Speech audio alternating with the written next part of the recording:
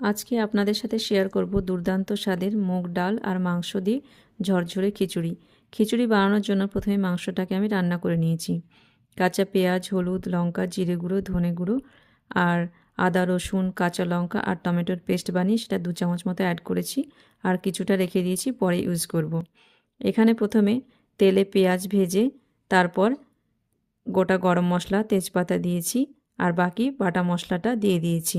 মশলাটা একটু কষানো হলে ভিজিয়ে রাখা মুগ ডাল আর চাল দিয়ে দিয়েছি। এগুলো আমি 1 ঘন্টা আগে ভিজিয়ে রেখেছিলাম।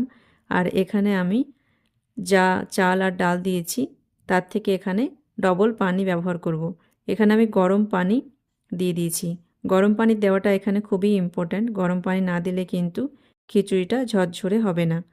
এবার এটা ফুটতে শুরু করলে হিটটা মিডিয়াম করে দেব। মাংসটা হয়ে গেছে, এবার আমি তাতে আলু দিয়ে কষিয়ে নিচ্ছি। ভাতটা যখন অর্ধেক হয়ে যাবে তখন আলু আর মাংসটা ঢেলে দিলাম।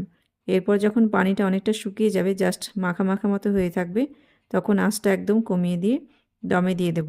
আপনারা যারা গ্যাসে রান্না করবেন তারা নিচে একটা হেভি প্যান রেখে দিয়ে তার উপর হাঁড়িটা বসিয়ে দেবেন।